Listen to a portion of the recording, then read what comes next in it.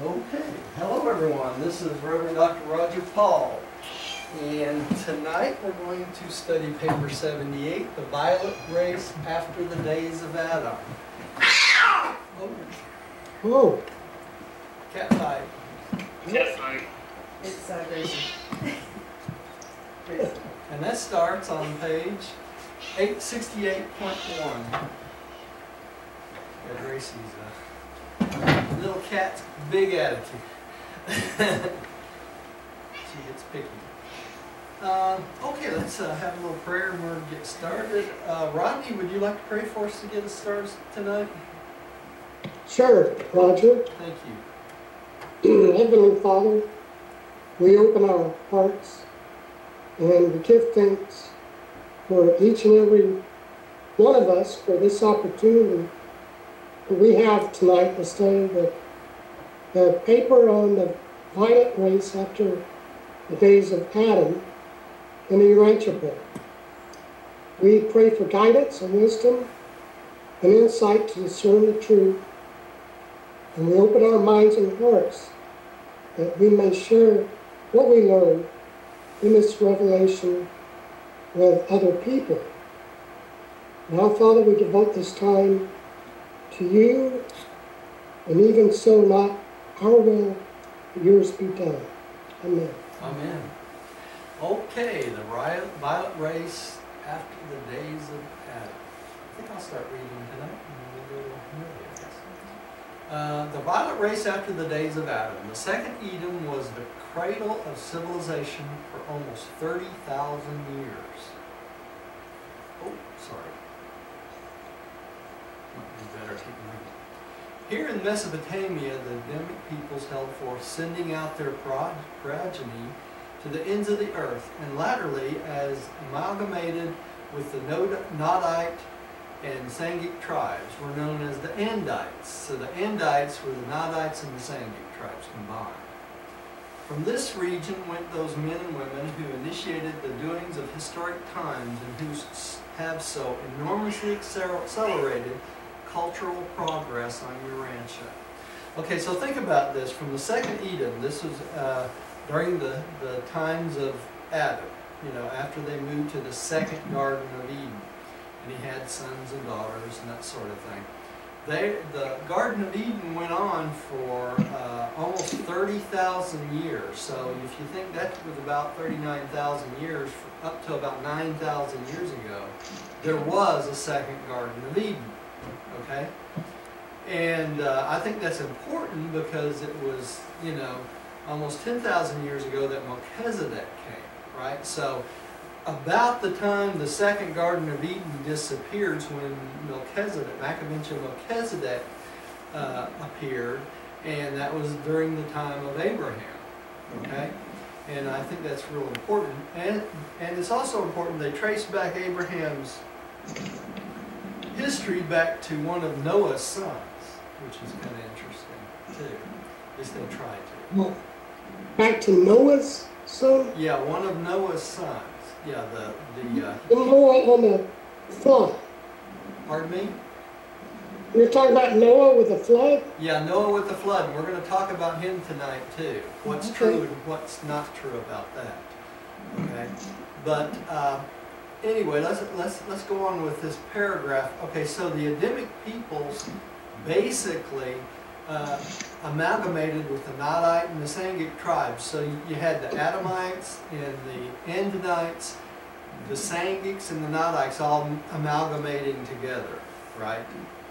And at this point they were known as the Andites.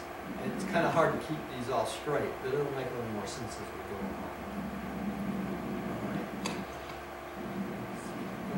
Millie, would you take paragraph 2, please? Really? Would you do what? Take the next paragraph.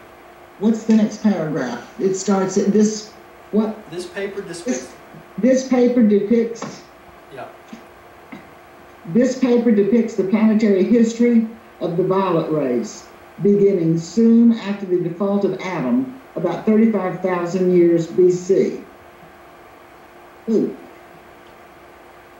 And extending down, it doesn't say years, 35,000 BC.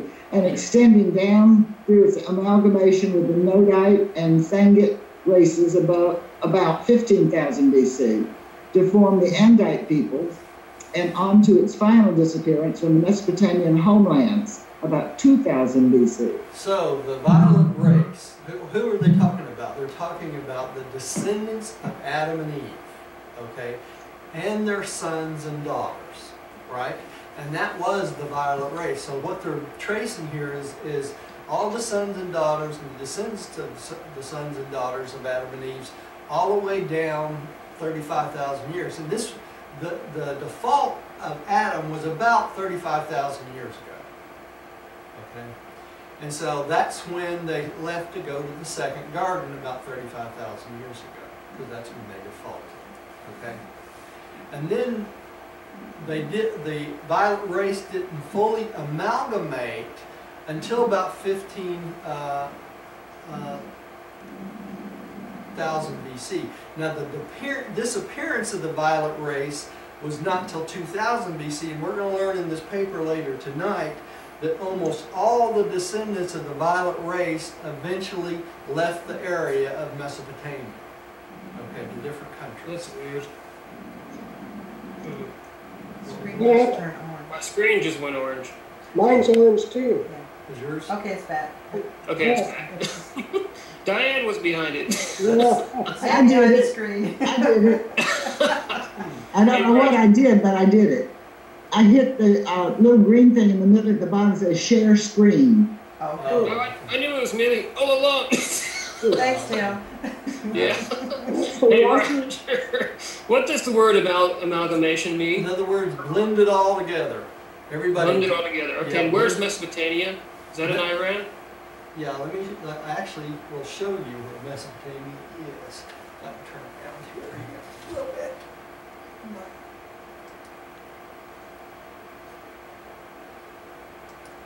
Why do I not have Tim's picture? This, I'm not on camera. he's not on Oh, camera. okay. This is basically Mesopotamia, and actually there's probably a better one with a label on it here. There it is, Yeah. Mesopotamia. And see, this is Cyprus. This is where the original Garden of Eden was, right?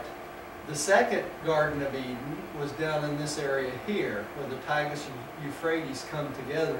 And I'm going to go back up to another map here. This is on our website under maps. You can see where they come together here. And this narrow section is where they built the wall.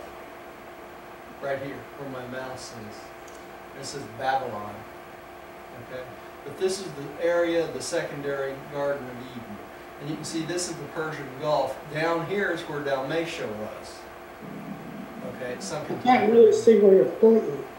No, Pardon? there's a little blue square in the upper right corner of Roger's picture. Can I click on that and make him bigger? Probably so, yeah. I tried, and No, it says chat or pin video. I was trying to make it bigger too.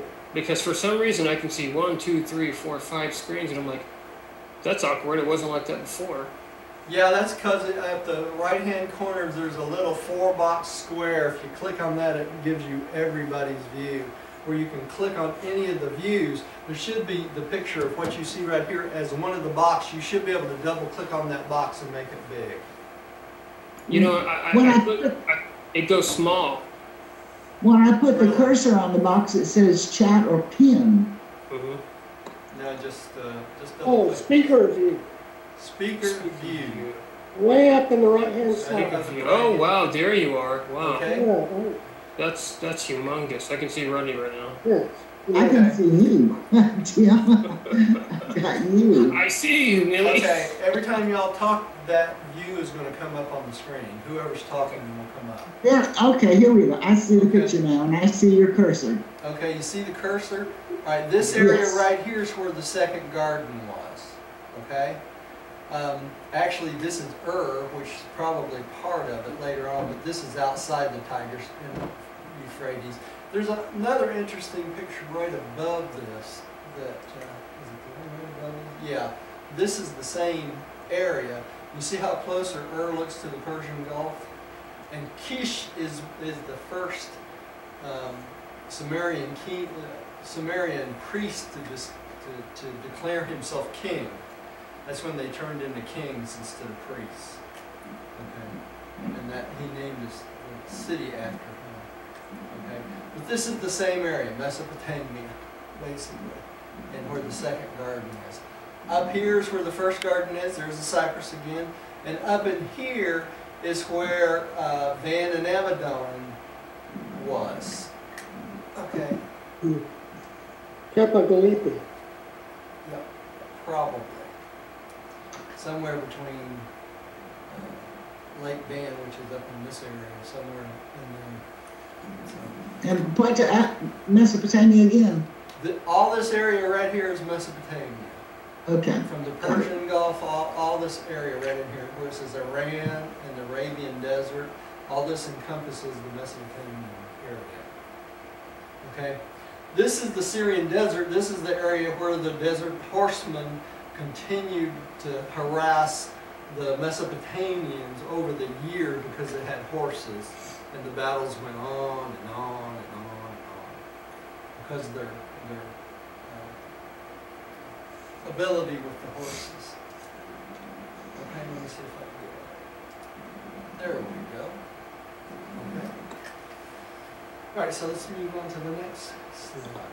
Tim, would you take the next one, please? 1. Racial and cultural distribution. Although the minds and morals of the races were at a low level at the time of Adam's arrival, physical evolution had gone on quite unaffected by the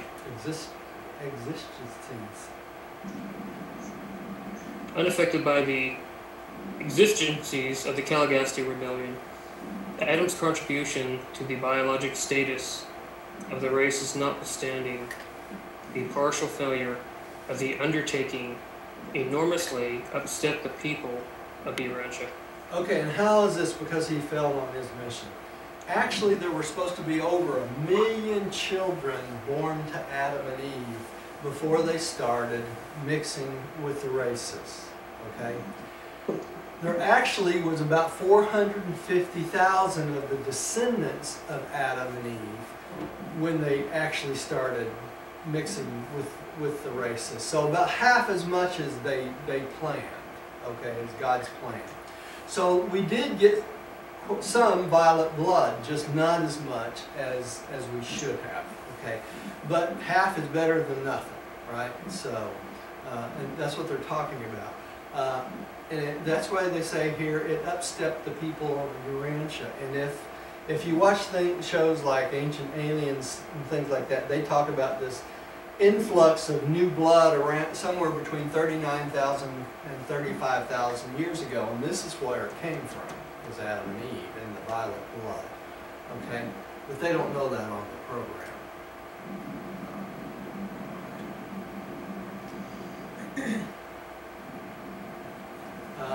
Rodney, would you take the next one? Hey, first I have a question for you. Yeah. Just to clarify, you mentioned something about up to 9,000 years ago? Yeah. 9,000 years ago is about when, I don't know the exact date, but that is around 9,000 years ago that Caligastia, Maccabees and Melchizedek came to the planet because the concept of God was dying out. Okay, Well, I thought it was 1,000 years before Christ. I believe it was 9,000. I could be wrong about that, Rodney, but I'm pretty sure that's the case. Around 9,000. Wow, 9,000, okay. Yeah. Yeah, like I say, I thought it was 1,000 years. Don't think so, but if you find out that's the case, please correct me on that. I believe it was 9,000. Okay, I'll find out. I've been wrong before. I could be wrong. I don't we all? Yeah. Adam and Eve also contributed much that was of value to the social, moral, and intellectual progress of mankind. Civilization was immensely quickened by the presence of their offspring. 35,000 years ago, the world at large possessed little culture. certain centers of civilization existed here and there. Most of Urantia languished in savagery. Racial and cultural distribution was as follows. Okay, why was there some civilization here and there? Because of Man and Amidon. Okay, that's what they're talking about here. But not a whole lot. All right, that's what the point we're making here. Okay?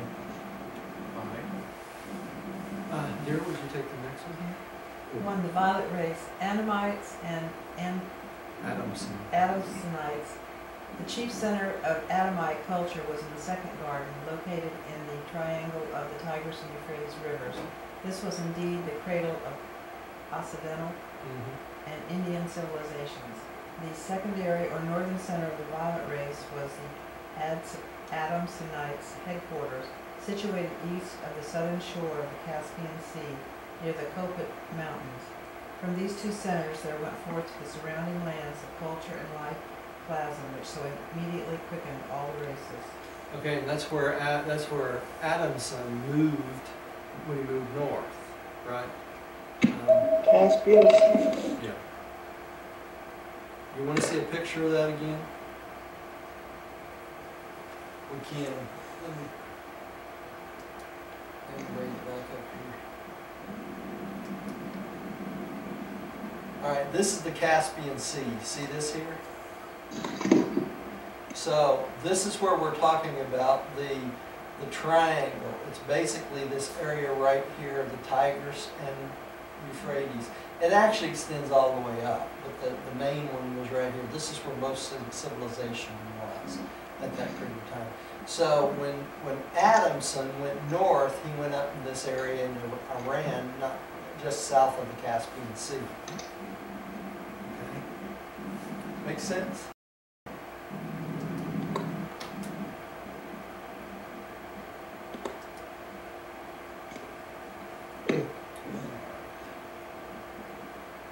Mountains they were talking about there were just beneath the Caspian Sea. Pre-Sumerians and other Nadites, they were also present in Mesopotamia near the mouth of the rivers, remnants of the ancient culture of the days of Dalmatia. You know, Dalmatia was down near the edge of the water. With the passing millenniums, this group became thoroughly admixed with the Adamites to the north. But they never entirely lost their Nadite traditions. Various other Nadite groups that had settled in the Levant were in general absorbed by the later expanding violet race. 3. Billy, would you take 3, please? Okay. 3. The Adamites. The Andanites. What? Andanites, like Andon and The Andanites maintained 5 or 6 fairly representative settlements to the north and east of the Adamson headquarters. They were also scattered throughout Turkestan, while isolated islands of them persisted throughout Eurasia, especially in mountainous regions. These aborigines still held the northlands of the Eurasian continent together with Iceland and Greenland, and they had long since been driven from the plains of Europe by the Blue Man and from the river valleys of farther Asia by the expanding Yellow Race. Okay, so remember, the Andanites were the mixture of the beings that came from the original stock of Andon and Fonta, right? And that's what they're talking about here. And they eventually went all the way up through Iceland. And they got drove up there by the Blue Man and the Green Man, that sort of thing. Hey, Rod. Yeah. When they say representative settlements, they're talking about land? No, we're talking about just small areas of population that would be considered what we would consider like a city or an area of a city. Okay, thank you. Okay. So they weren't Vikings. They were what? They weren't what we consider Vikings. No, the Vikings were probably a mixture of the green men and the blue men, because the Vikings were considered very tall and Mm-hmm. that sort of thing. So they were probably descendants of some of the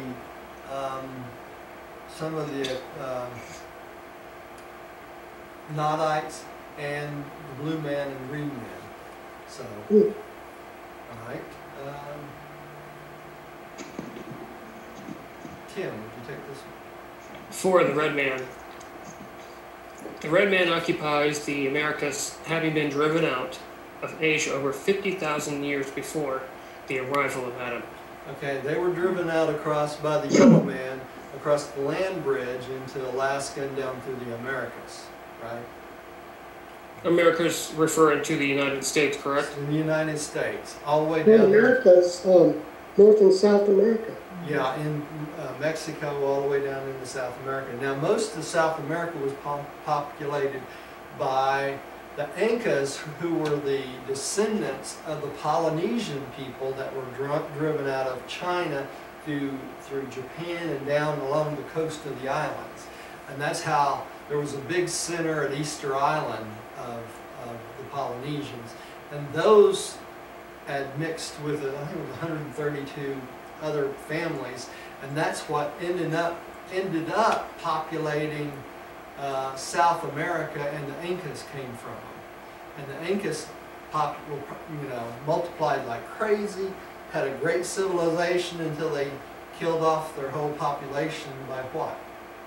Human sacrifice. Human sacrifice. Yeah, What about the Mayans? that's what I'm talking about. And the Aztecs? And the Aztecs, yeah. All the people from South America, Mexico, South America, all down through that area were basically the descendants from the Polynesians, the Asians, the Polynesians, that sort of thing, mixed with about 132 other. We're going to find that out in this paper here a little bit tonight. So, okay. Okay, Rodney, I think you're next. Okay, number 5, the Yellow Race. The Chinese peoples were well established in control of Eastern Asia. The most advanced settlements were situated to the northwest of modern China in the regions bordering on Tibet. Now, if you look at a map of China, this is kind of the northern area of China, right near the Tibetan mountains. Okay, so eventually they went all the way to the coast on the west. Yeah, Tim. That question that I had the last paper, 77, when I mentioned the Oriental and you said the Yellow Race. Yes. Is that in reference to what we're talking about, the Yellow Race? Yes. Yeah. The Yellow Race are the Chinese, Japanese, Koreans. The Polynesians came from a mixture of the Yellow Race and other races. That sailed boats. What about the Jewish men or the Hebrews? The Hebrews were descendants from what we were just discussing: the Adamites, the Amorites, the Nodites, the Sumerians. All those were the Hebrews came from the mixture of those. So what color do you think Jesus was? What category of race does he qualify in? He qualified as a Caucasoid race, which is Caucasian. Okay. So he was semi-white. He was probably a darker color white, almost a brownish white, more likely. But we know that he was of a blonde type from his descendancy from Adam and Eve. So we know that Adam and Eve were blonde. Okay, so their descendants, some of their descendants retained that blonde hair and brownish hair and that sort of thing. And so Jesus was a mixture of that descendancy of the violet race, and basically, which is where many of the Jews came from. Okay, so he was a typical Jew at that period of time, and they were considered a Caucasoid race, or a mixture of the Caucasoid with the light brown race. The brown race is what we would consider Indian. people that come from India, and they're from very brown or light brown to very dark brown. Okay, they vary depending on which race they had mixed with as down through time. Okay, so that answer your question? Yeah, sort of. I mean, you said the Hebrew man was in that category, and then I don't know. It just seems like when I said Oriental, you mentioned Chinese, Japanese, and Korean, but Yeah. it seems to be like it's more on the side of another slang for it, Easterner. You know, like why do they say Oriental? And then you said because he's yellow, but yet he could be Jewish or. Well, they're the descendants of the yellow race. All those categories are descendants of the yellow race. That's why I call them the yellow people. And really, it's all the Oriental people. The Oriental people are different from the Occidental people. Okay, that's a big confusing thing people don't understand. The Occidental people were more people like people from Mesopotamia, that sort of thing. Occidental and Oriental are not the same. Okay, people confuse that all the time. Oriental, usually when you say the Oriental races, they're talking about Chinese, Japanese, Polynesian, Korean, that sort of thing. They're all descendants from the yellow race, the original yellow race. Okay, I was just wondering if the author was using it in reference to maybe a place on the earth, possibly. The yellow race? No. Well, you know, he said Oriental, so. The Oriental, yeah. The But you Orientals, explained that very well. yeah, the Orientals considered anything along that landmass east of Russia. Okay, Occidental would be considered the landmass of Russia. Okay, but there's a small area in there where that intermixes, and then you turn into the Chinese and the yellow races. Okay, so. Okay, thank you, Roger. Yeah, I hope I didn't confuse you. And here's another confusing one. Wait a minute. I skipped number 6. The Blue Man. Is it Rodney? I think Rodney's up. No, I just read. Oh, did you? I'm up. Okay, well, you're up. 6, the blue race. The blue men were scattered all over Europe, but their better centers of culture were situated in the then fertile valleys of the Mediterranean basin and in northwestern Europe. Neanderthal absorption had greatly retarded the culture of the blue man, but he was otherwise the most aggressive, adventurous, and exploratory of all the evolutionary peoples of Eurasia. And this is probably where the Vikings came from, right? The Neanderthals and the Blue Men, and probably a mixture with the Green Men, more than likely. And the blue race, much of it, ended up intermixing with the violet race, and that contributed to the Caucasoid race, which is what we consider the white races, right? All right, the so-called white races. But they also made it with Neanderthals. Yeah, Neanderthals. That's why it retarded the blue men's growth over time. The Neanderthals were the remnants of the Andinites that mixed with the original ape-like tribes. Okay, so that's why with the Neanderthals you got the heavy forehead and they look a lot like apes. They really do. You know, there's a good chart on Square Circle. Yeah, there's That a show great you chart on The different Square. races, wonderful. It really does. Why would they mate with them? They weren't attractive. Because they're Instinct. men and they couldn't find enough women. So they'd mate with anything that moved, basically. You know? And they were barbaric, so they didn't care who they mated with. You know? They weren't trying to keep their race pure by any stretch of the imagination. Okay. Who's up next? Oops. Didn't do that. See, Diane just read. I'm at 7. Pre-Dravidian India. The complex mixture of races in India embraced every race on earth. Now this is the ground men, right? but especially the green, orange, and black, maintained a culture slightly above that of the outlying regions. Okay, so the area in India had a mixture of almost all the races, but they had a lot of the green, orange, and black. So that's probably why they ended up with that brownish, light brown to dark brown color in their skin. Which, when all the races amalgamate, that's probably what most population will look like, is a lighter brown. So, all right. Millie, would you take the next one, number 8? Number 8, the Sahara civilization. The superior elements of the Indigo race had their most progressive settlements in what is now the Great Sahara Desert. This Indigo black group carried extensive strains of the submerged orange and green races. Now this is the area of the Sahara right above Egypt and to the east of Egypt, right? To the west. Huh? To the west of Egypt. To the west of Egypt, backwards there. But anyway, the black men, the more progressive of the black men, were in that area, the Saharas, Egypt, that sort of thing.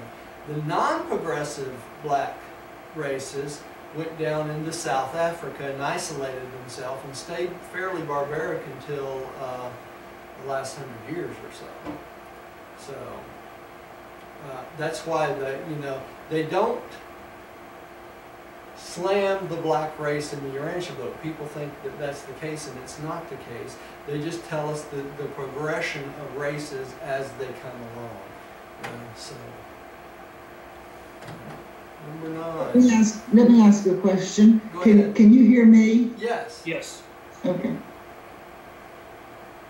I like my book in front of the computer, but there's microphones on the computer are right there in the front. Oh, okay. So No, I you're got a coming big through book loud and put it clear. up on a big book, Yeah. so it's higher. Oh, And is the that your book- question? The Urantia book is in front. What's your question, Millie? My question is, could you hear me? Oh, I got you. You look very lovely, Millie. We can see you too. Okay. Well, I've got my book in front of my computer now, the laptop, and the microphones on the laptop are right at the front edge of it, evidently, because when the computer is down and the book is right in front of it, you can't hear me. You said you couldn't. So I raised it. Yeah, we don't have those problems like we did in Skype, now that we don't use Skype anymore, so. Okay, who's next? I think 10 is, right? 9. The Mediterranean Basin. The most highly blended race outside of India occupied what is now the Mediterranean Basin. Here, blue men from the north and Saharans from the south met and mingled with Nodites and Adamites from the east. See how these races are coming together over time? All right. Rodney.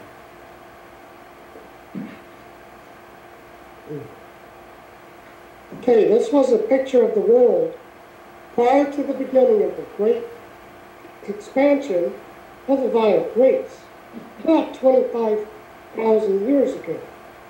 The hope of the future civilization lay in the second garden between the rivers of Mesopotamia. Here in the southwestern Asia, there existed the potential of a great civilization. The possibility of the spread to the world of the ideas and ideals which had been salvaged from the days of Dalmatia and the times of Eden. All right. So we have a pretty good picture of the world at this point. Sweetie? Adam and Eve had left behind a limited but potent progeny, and the celestial observers on Urantia waited anxiously to find out how these descendants of the erring material would equip themselves. Isn't it funny how we're always being watched but never interfered with? Kind of like the Greek gods looking down on. Yeah. 2, the Adamites in the second garden. For thousands of years, the sons of Adam labored along the rivers of Mesopotamia, working out their irrigation and flood control problems to the south, perfecting their defenses to the north, and attempting to preserve their traditions of the glory of the first Eden. So they were farmers, right, and herders. They basically were taking care of their areas, trying to protect themselves from the savages and things like that. And that's the way the second garden went on for 30,000 years, 35,000 years. Okay. The heroism displayed in the leadership of the second garden constitutes one of the amazing and inspiring epics of Urantia's history. These splendid souls never wholly lost sight of the purpose of the Adamic mission, and therefore did they valiantly fight off the influence of the surrounding and inferior tribes, while they willingly sent forth their choicest sons and daughters in a steady stream as emissaries to the races of the earth.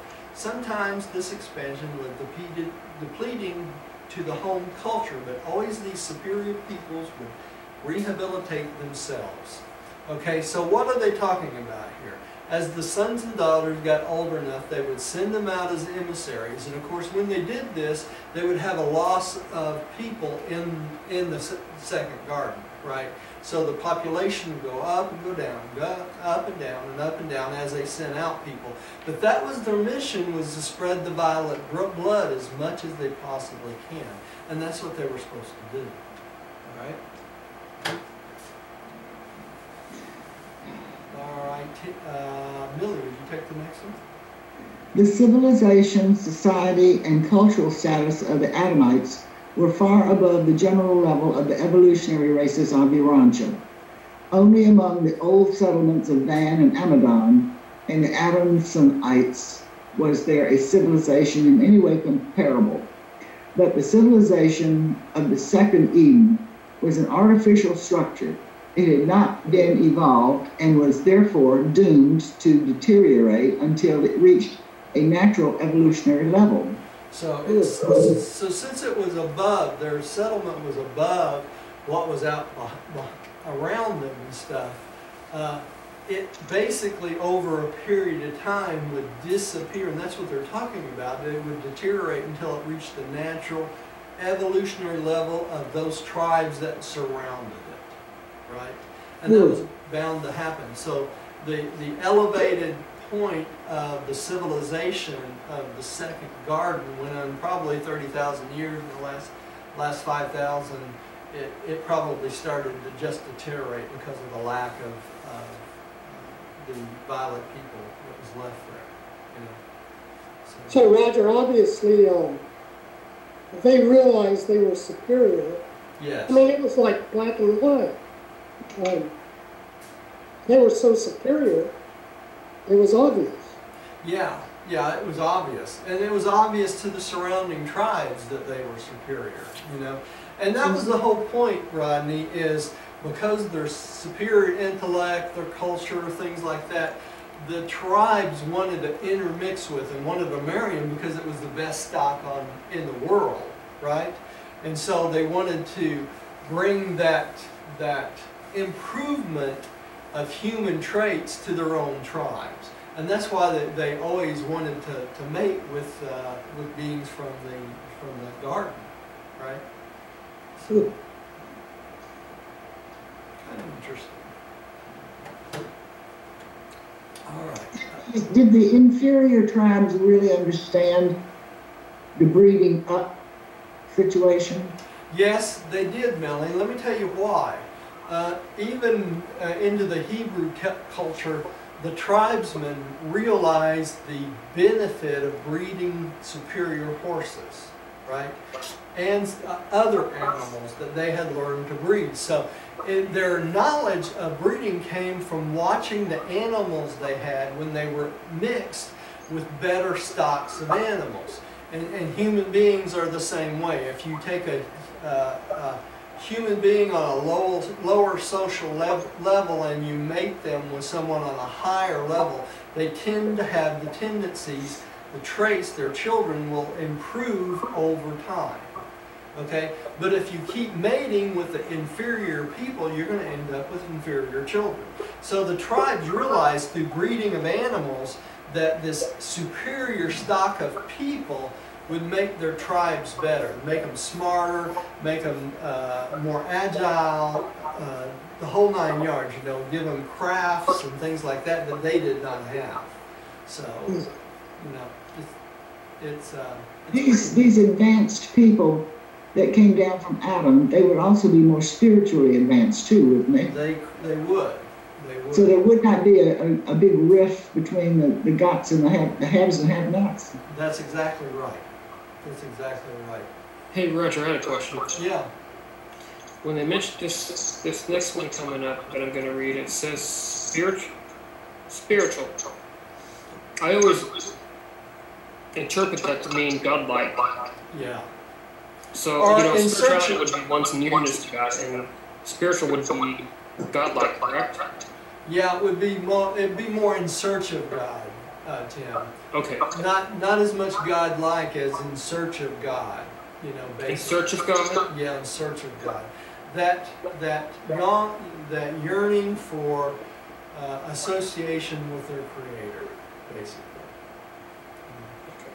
Okay. Would you take the next one, Tim? Adam left a great. Do you hear that? Yeah, we're getting a feedback. Feedback. You didn't turn your mic on, did you? I didn't touch it. No. I'm not Adam sure. left a great. Is there a light flashing around in the screen? You have a yellow light around yours. Okay, just go on. Adam left a great intellectual and spiritual culture behind him, but it was not advanced. In mechanical appliances, since every civilization is limited by available natural resources, inherent genius, and sufficient leisure to ensure inventive Fruition. Go ahead, what was that? Fruition? Fruition. Fruition. Yeah. The civilization of the violent race was predicated on the presence of Adam and on the traditions of the first Eden. After Adam's death, and as these traditions grew dim through the passing millenniums, the culture level of the Adamites steadily deteriorated until it reached a state of reciprocal balance with the status of the surrounding peoples and the naturally evolving culture capacities of the violent race. So over time, basically, as more and more of the violent race intermixed with the tribes, the culture of the violent race came down a little bit for the tribes, and the culture of the tribes basically came up. So they both kind of intermingled and they balanced out as a normal evolutionary process over time. And that's the same with their spiritual involvement too. That's where the Hebrews came from. All right. Rodney, you're next.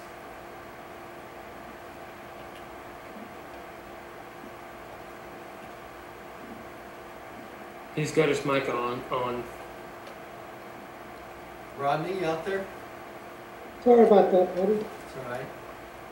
But the Adamites were a real nation around 19,000 BC, numbering 4.5 million. And already they had poured forth millions of their progeny into the surrounding peoples. So they numbered about 4.5 million descendants from Adam, right? That mixed in. Okay. Man, that's quite a bit, huh? Quite a bit. That's a lot of people. Now, keep in mind there are millions of the tribes people all around them too. You know, so they were only a small percentage of the population of the planet. So that's about 500 million. That's about 500 million. Yeah. Oh, wow. You can do it. 3. Early expansions of the Adamites. The violent race retained the Edenic traditions of peacefulness for many millenniums, which explains their long delay in making territorial conquests. When they suffered from population pressure, instead of making war to secure more territory, they sent forth their excess inhabitants as teachers to other races.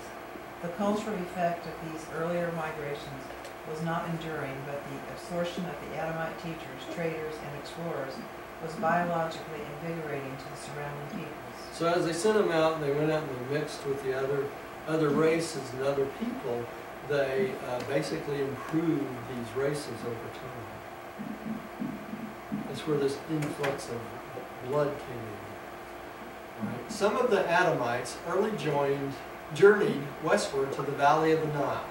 Others penetrated eastward into Asia, but these were a minority. The mass movement of the later days was extensively northward and thence westward. It was a gradual but unremitting northward push, the greater number making their way north and then circling westward around the Caspian Sea into Europe.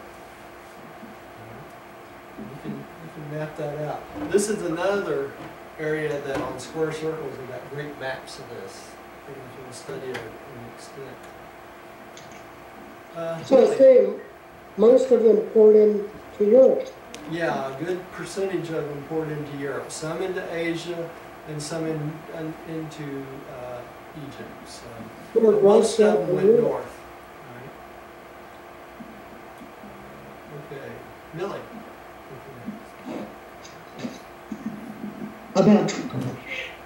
Just a minute. About 25,000 years ago, many of the purer elements of the Adamites were well on their way on their northern trek. And as they penetrated northward, they became less and less Adamic until, by the time of their occupation of Turkestan, they had become thoroughly admixed with the other races, particularly the Nodites. Very few of the pure-line violet peoples ever penetrated far into Europe or Asia. All right. So very little of them ended up in Asia. Okay. Tim, you're up again.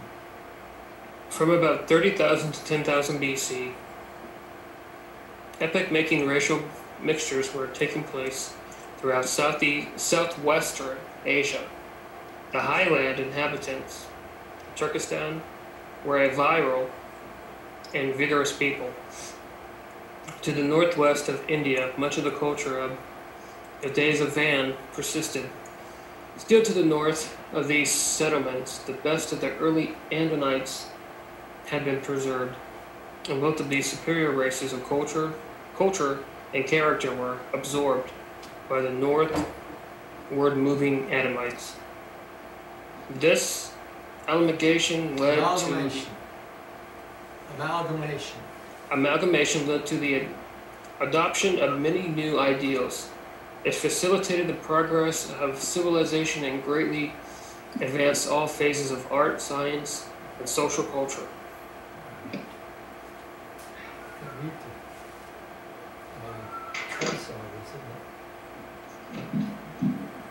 Oh, I didn't change it. Sorry. Rodney, I think you're up. Hey, as the period of the early Adamic migration ended about 15,000 BC, there were already more descendants of Adam in Europe and Central Asia than anywhere else in the world, even down in Mesopotamia. The European blue races have been largely infiltrated. Lands now called Russia and Turkestan were occupied throughout their southern stretches by a great reservoir of the Adamites mixed with Nodites, Andonites, and red and yellow Semites. Southern Europe and the Mediterranean fringe were occupied by a mix of Andonite and Semitic peoples, orange, green, and indigo, with a sparkling of the Atlantic stock. Asia Minor and the Central Eastern European lands were held by tribes that were predominantly Canaanite. To see how you can kind of trace everything out if you really want to on a map. A blended colored race about this time greatly reinforced by arrivals from Mesopotamia held forth in Egypt and prepared to take over the disappearing culture of the Euphrates Valley.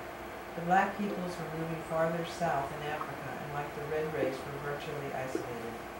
So we can see how the red race and the black race became isolated from the admixture about this time. The Saharan civilization had been disrupted by drought and that of the Mediterranean basin by flood. The blue races had, as yet, failed to develop an advanced culture. The Andinites were still scattered over the Arctic and Central Asian regions. The green and orange races had been exterminated as such. The indigo race was moving south in Africa, there to begin its slow but long continued racial deterioration. That's what I was talking about earlier. Millie. The peoples of India lay stagnant, with a civilization that was unprogressing. The yellow man was consolidating his holdings in Central Asia. The brown man had not yet begun his civilization on the nearby islands of the Pacific. Okay. That's what I was talking about earlier, is the brown men going down the Pacific islands and stuff. Tim. These racial distributions associated with extensive climatic changes set the world stage for exploration at the Andite era of the Eurasian civilization. These early migrations extended over a period of 10,000 years, from 25,000 to 15,000 BC. The later or Andite migrations extend from about 15,000 to 6,000 BC.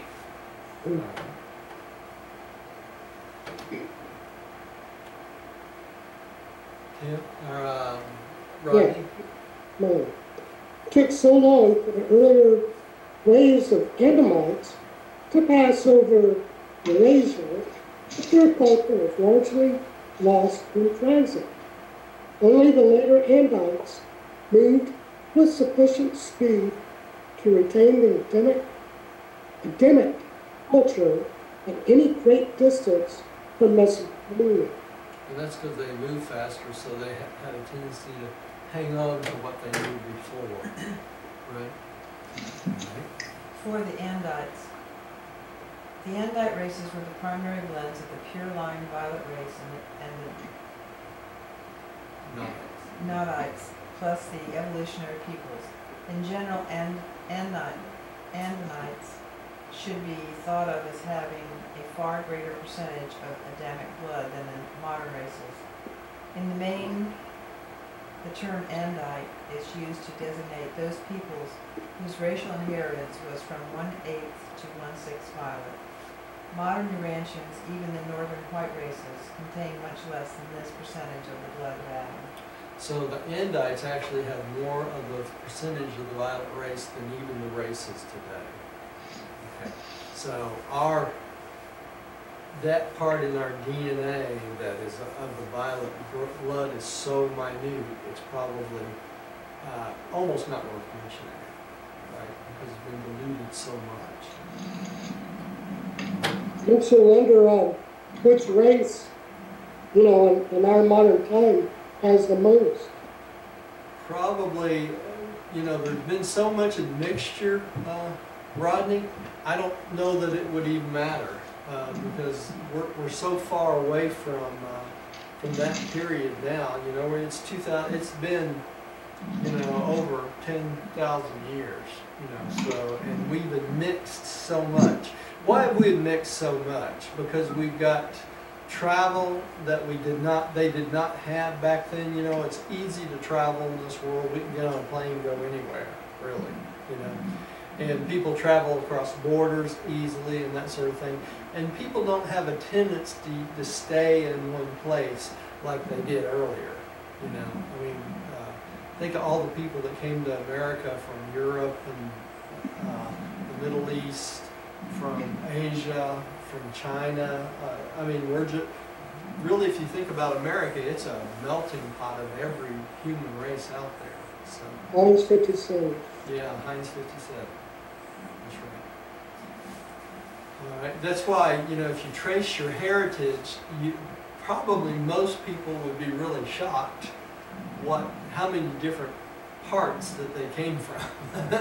You know? It's incredible you say that because I saw a little documentary where you had some, you know, race haters. Yeah. And, you know, they had them spit in a tube, and boy, did they get proved wrong. It was unbelievable, the results. Yeah, yeah. I know, it's kind of funny. Probably no human race on the planet today has a right to hate any other race, because if you think about it, we're all mixed so much, you probably can't tell a lot of them. So the whole Hitler thing, right, with the Nazis, that's all nonsense too, right? With it's nonsense. The pure race. Yeah, the Aryan race, yeah, that's just nonsense, you know? It really is. Okay. Tim, I think you're up, aren't you? Or did we skip over Millie? Millie, did you just read? Diane just read. Diane just read. Oh, that's mine then. Yes. The earliest Andite peoples took origin in the regions adjacent to Mesopotamia more than 25,000 years ago, and consisting of a blend of the Adamites and Nadites. The second garden was surrounded by concentric circles of diminishing violet blood, and it was on the periphery of this racial melting pot that the Andite race was born. Later on, when the migrating Adamites and Nadites entered the then fertile regions of Turkestan, they soon blended with the superior inhabitants, and the resulting race mixture extended the Andite type northward. So as they went out, it got less and less and less, until they eventually went north. Okay. Now that you know. The Andites were the best all-around human stock to appear on Urantia since the days of the pure line violet peoples. They embraced most of the highest types of the surviving remnants of the Adamite and Nodite races, and later some of the best strains of the yellow, blue, and green men and women. Yes.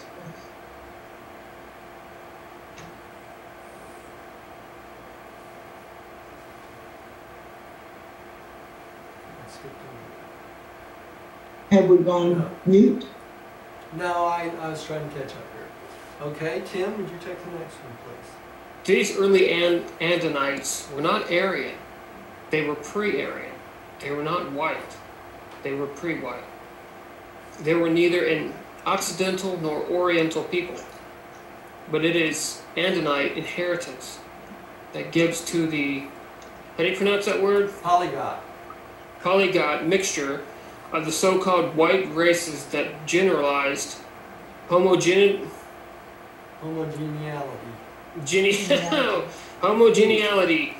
which has been called Caucasoid. Yeah, the Caucasoid races. Caucasian? Right? Huh? Caucasian? Caucasian, that's right. So then the name for white race is Caucasoid. Caucasoid or white races, that's right. And it was a mixture of all these different races, you know, so we really are Heinz 57 if you're white, right, or Caucasoid. So, all right. Yeah. Rodney. It's sort of hard to trace it back, isn't it? Yeah, it is. The purer strains of the violet race had retained the Adamic tradition of peace seeking, which explains why the earlier race movements have been more in the nature of peaceful migration. But as the Andamites united with the Nodite stocks, who were by this time a belligerent race, their Andite descendants became for their day and age, the most skillful and sagacious militarists ever to live on the lecture. Thenceforth, the movements of the Mesopotamians grew increasingly military in character and became more akin to actual conquest. Okay, so think about this. We have the Adamites, who are the more peacekeeping beings, right? Then we have the Nodites, who are the descendants of the children of the Caligaster 100 that followed Nod into rebellion, right?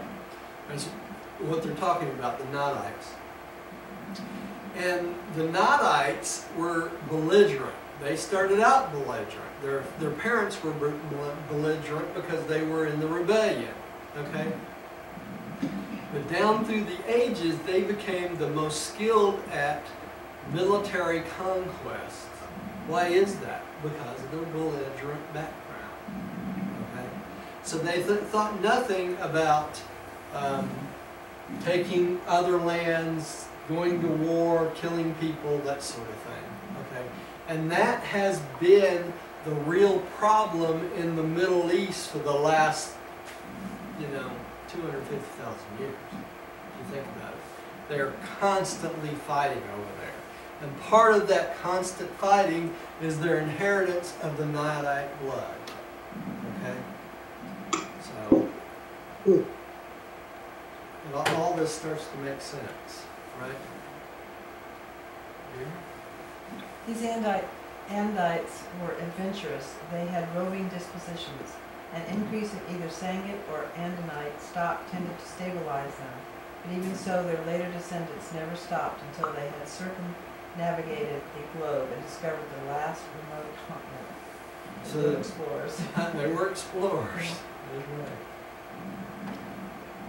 I like the Vikings. Yeah, that sounds like Vikings. Yeah. There's 8 sections, Roger. 8 sections? Yes. 5, 6, 7, 8. I'll tell you what, I think I'm going to stop here, y'all, and we'll take up the other half next week. Is that okay with y'all? So what's after? That's the thing to do. 8:20. 12 after 8. Yeah, I got 8:20. I got 7 something. 5, 6, 7, 8. Yeah, I think I would like to stop this. I got 7:12. Yeah. Let's stop this here, and then we'll take the other half up next week. Because that way we won't have a super short one next week. Okay. Because most of this is just reading. It's not a lot of discussion and stuff, so we can finish the other half easily next week. Okay. So let's stop there. Millie, would you like to pray for us tonight? Close us up. I can do that. Heavenly Father, we thank you for allowing this gathering of like-minded people who want to learn more about your plan for our earth, for our planet, for our civilization, and help us to learn to mix with other civilizations. Help us to understand our place in your universes.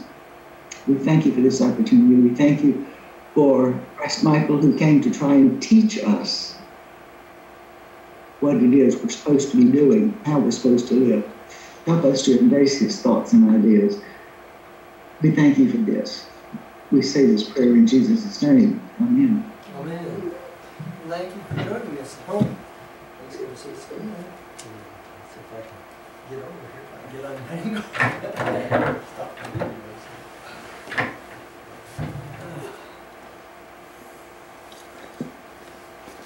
The problem with studying this makes me realize